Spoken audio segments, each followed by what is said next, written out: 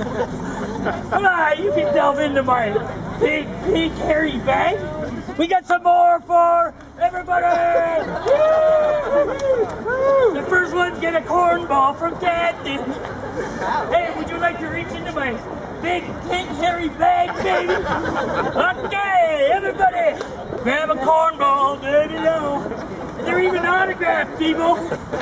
But I forgot to sign the bags beforehand, so it's a little ruggly. Alright, cornballs for everyone. This is going to be really fun.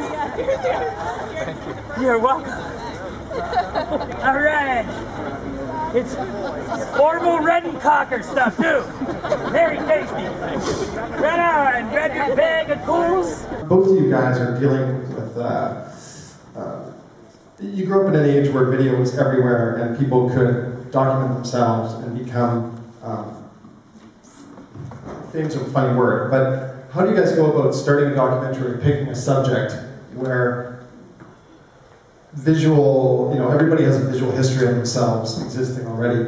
You tackled it in a different way in terms of recreating things that may not have been there, but you very much, I know from your background in harvesting the archives of visual material. How do you guys go about starting your filmmaking career, harvesting rich material? Me or you?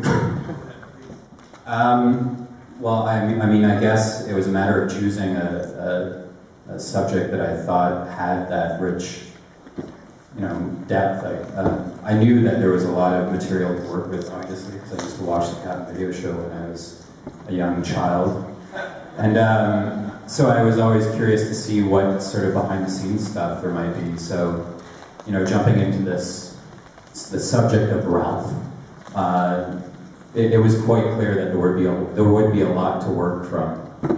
So it seems like, for a first feature, even though it started as a short and worked its way into a feature, I guess it was kind of a calculated choice in a way, knowing that, you could work with all of these different aesthetics and the stock footage and home video footage. We got a question there, go ahead. I have a question for Ralph. Are your hands still red from the dye? Yeah, that's what I was thinking. I hadn't seen the film before today. So when I was doing that thing with the slime TV, the afterbirth, I was going, hey, fucking deja vu, man, all over. But that was from making the big hairy pink bags that I put the popcorn in today. As my, I thought about this morning because I heard that they don't sell popcorn here in the theater. So I was talking with Buick last night, and he goes, well, why don't you sneak some in? How am I going to sneak popcorn in? He goes, well, put it in your bag. Hey, why don't I make a big, hairy, pink bag and get some popcorn to everybody? Unfortunately, I didn't reach the reaction, so thanks for the question, though, dude. It's a new tradition we're starting here at the Bader. Other questions? I see one in the back, go ahead, yeah. Yeah, this is for Ralph. Thanks for the popcorn. I'm just wondering if you could talk about your reaction the first time you saw the film and what this film means to you. The first time I saw the film was about 5 minutes ago, and I was blown away. It's, what started off as kind of an internet 15-minute type of project blossomed into this. As Jay, I mean, I could tell right off the bat he was creative. It took us a year before our first contact, and we actually sat down for the first interview. But he could delve anything out of me because he just shut up and listened. He would ask the right question and just let me talk and say what, and plus he also let me have it. He goes, well, whatever mood you can set up, like you're talking to your buddy, sitting around having a beer. So I said, can I have a beer? He goes, yeah, do whatever you want. Oh, cool, smoking and drinking. And so I wasn't all anchored up answering the questions, and it just felt more comfortable. He had the right demeanor to ask questions, and I'm blown away, dude. Thank you.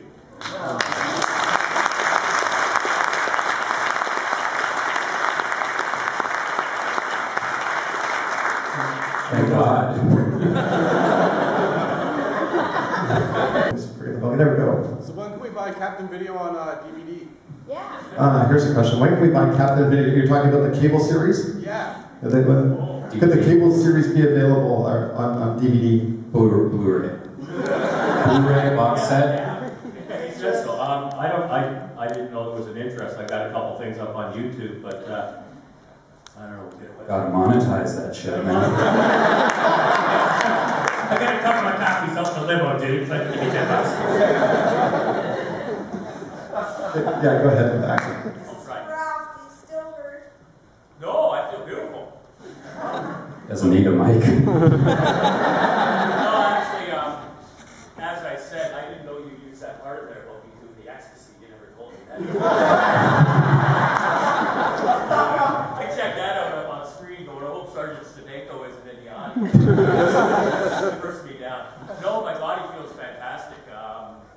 Better than it did before, I guess. I don't know. I don't remember. But, thanks for asking. We have time for a few more questions. Yes, go ahead. Two questions. One is the 20th anniversary special. Did you put that online yet? And the other is, what's the one stunt you regret doing, or do you regret doing it? Well, a pool plunge, obviously. That was the first. No, I know it got the notoriety, and Jay definitely would not have done a film about me, which I really didn't think we were doing in the first place. But yeah, the pool plunge was like, dude, I don't want to break my back again. If I can pull that out and go, or if Buick could come over and get involved in it and go, hey, Matthew, you broke your ticket. Then I would do that. The 20th anniversary thing, I hadn't thought about doing any kind of marketing or anything like that. It's kind of just snowballed with Primitive Entertainment getting involved and really being a great mentor to Jay. There's the old cat video stuff. We'll wait for later on, whatever. It's still maturing in a crock pot somewhere. Like fine wine. Yeah. Stale beer. I'm not going to bring anything out like that to compete with the Beauty Day the movie. What I just saw up there, man, blew my mind. I got to see it a couple more times. And it's not just a story of whatever, but the cinematography, the beautiful shots, the pictures, and the way, ooh, I like that. Scary. But the way he did it was just, I'm not going to compete with that. So later on, yeah, check out for it. He stole the domain Cat Video Show. So it will be gifted back to you. We got time for one more question. If anybody wants that one. Yes, go ahead. For Jay, I was just wondering if you could talk about the role that music played in the film and licensing music on a relatively low budget. Is that Jason Baker? How's it going? I think we're really lucky. I kind of had a wish list of music that as I was cutting the film, I would just drop whatever I wanted in there. And I guess assume it would have to come out at some point, but luckily we were able to get, some major pieces of music into the final film, and I think music is it's an important thing for me. We were very lucky to have Ohad Benchetrit and Justin Small compose the score. Sitting right there, which I was thrilled with. So obviously music is a huge piece of the work for me, and I'm happy that we got to get a couple of songs in there that hopefully people haven't heard as well. I'd like to thank everybody for coming. There's a chance to see this film a couple more times, and repeated viewings are rewarded. So check out the rest of the festival. Thanks for coming tonight. Thanks to the directors and cast for coming.